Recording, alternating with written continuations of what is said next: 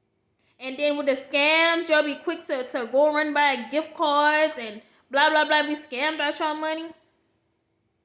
They want to call a bank like, oh, I didn't know, and they want your money back. Like, baby, if you invest in the right things, you wouldn't have those problems. Okay? So, work wholeheartedly for the Lord. Work as hard as you do on your job. Find out what it is you're good with, what you're passionate about, and find a way to use that. If you're good at singing, and if you want to sing, like, you can sing in churches, you can sing, at weddings. Just glorify God, whatever gift He's given to you. I like to write, so you know, and I'm just now starting to find my voice and to be more confident with speaking out. But you feel so much better when you do these things, because these words are going to reach the people that it is intended to reach, and I have faith in it. Like, somebody needs to hear what I've been through. Someone needs to hear the encouragement. Someone just needs to hear, to feel that love through these words. And that's what I'm just set out to do. Even if you're on your job, people be like, okay, well, you shouldn't talk a religion on your job because everyone has their own opinion. Whatever. I'm not talking Baptist. I'm not talking Catholic. I'm not talking whatever. I'm talking about God. God is the same God no matter what religion. Okay? The God who broke bread and drank wine with his 12 disciples in the Catholic is the same person in the Baptist. Like, all of the other stuff is just earthly stuff. God's not, when you get before God, God is not going to be like, well, how many Hail Marys did you say? No. Like, there's only one baptism, right? So, like, were you baptized? It doesn't matter if you were, water baptized or if you was put in a pool baptized. Like, basically, they have different way of doing things, but it should still equal out to the same thing. It's what I'm pretty much saying. Like, don't glorify religion. Glorify God. Don't just glorify that job, while you're on that job. And I tell people, I be in work, I'm like, God gonna make a way. Like, if something's going wrong or something, I'm like, God gonna make a way. And I just leave it like that. Like, I'm not ashamed to say, God, that's my faith and that's my belief. You don't have to agree with me. You don't have to, understand it. Until you've encountered God for yourself, you wouldn't understand. So stop working so much just for me. I'm not telling you to stop working for me altogether. That's not what I'm saying. But you can find a way to work for the Lord. And it don't have to be, oh, well, let me go and start a music band. Let me go start a choir. Let me go start a YouTube. Let me go. No. You just do what God has called you to do. And he's watching, he's observing, and he's taking notes. Like, so when you stand before him, he's going to be like, because of you, this person dedicated their life to me. You won this soul over from me. Because of you, this, and this happened. Because you let me use you. So, just take heed to what I'm saying. I know a lot of people, I probably lost you at the point of putting money in church. And that's your belief. Even if you don't want to put no money in church, just still do the work of the Lord. You have people in the church. Some people greet you at the door. They have the usher. Some people pick up the offering. Some people teach Sunday school. Like, whatever it is. Like, it can just be 2 hours out your day on a Sunday. You still have Saturday, right? For the people who work Monday through Friday. You still have Saturday to do whatever it is that you want to do. If you want to just sleep, if you want to go grocery shopping, if you want to clean up, if you want to hang with your friends, you have a whole Saturday. Just reserve a day for God. Be like, okay, I'm going to do something for God. I'm going to work for God today. Like, today I'm going to play the piano. Or I'm going to play the guitar. Or I'm going to teach the little kids. Like... Or if you want to be part of the cleanup crew, I'm going to clean up the church afterward. Do something for the Lord. So you can reap your rewards. You can get an inheritance. Don't we as parents or your parents want to, when they leave, when they die, they want to leave you an inheritance, they want to have something left behind for you, right? So God has an inheritance for you, but what are you doing to gain it? You have to gain it, okay? So I was just sitting here, and it was just like I said, I had been sitting on that word, and me and my dad was talking, and pretty much we were saying how, like, you get disrespected on the job, right? Like, your boss may disrespect you, your coworkers may not respect you. You're just stressed out on this job. You're just tired of going there and doing the same thing. You're not appreciated, and it's just like, you know what, your patience is just thin, and you want to quit. And you're like, look, I want to quit, but I know I need to work because I need a paycheck, this and that, blah blah blah. But so my point is, we do so much for the job, and we endure so much on jobs where we already risk our happiness to be on this job because we have kids to provide for, we have a house to maintain, and we just there because, hey, we need to do this. But yet you can work for God where it can be just so peaceful. With God, it's always it's only promotions. God's not going to lay you off. He's not going to fire you. He's going to promote you. You're going to always have an assignment. You may be done with one assignment. If God tells you to write a book, you may write that book. And then once you finish writing that book, he may be like, okay, so the next thing I need you to do is this. Like, you're not going to run out of assignments. You're not going to run out of work. He's not going to run out of rewards. So, you want to work to where you can be promoted. You can be in peace. You can be in harmony. And your rewards won't expire. They won't fade away. They're going to be waiting for you. Versus here, and it don't even have to be your fault. You don't even have to, you can get pointed out. Most jobs have a point system, and it's like a no fault policy, right? So no fault meaning, I don't care what the situation is, you're still getting pointed out. Like, you can call and be sick to the point to where I can't even get out of bed, I'm calling in. Okay, well, you're still getting pointed out. Like, you don't have to worry about that with God. God, he has that sympathy, and he's the boss, but he's not like bossy. He has some people that just abuse their title. They're just like, well, I'm the boss, and whatever I say goes, and you're gonna have to do things like this, da da da da da. Like, but you get up every morning and you deal with that, but you can't get up on a Sunday morning and do nothing for God. And it don't even have to be a Sunday morning. You can just work for God. You can be anywhere. You can be in a grocery store, and someone may need a word from you, and you can just tell them. You can just be walking in a park and see someone, and they may be feeling down, and you be like, okay, you want me to pray with you? Like, so that's another thing. You don't have to just be confined to a space to work for God. You don't have to go drive to a certain place and sit at this certain desk to get the job done. You can get the job done wherever, whenever.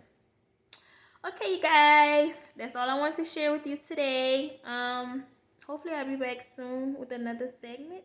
So, yeah, talk to y'all later. Bye.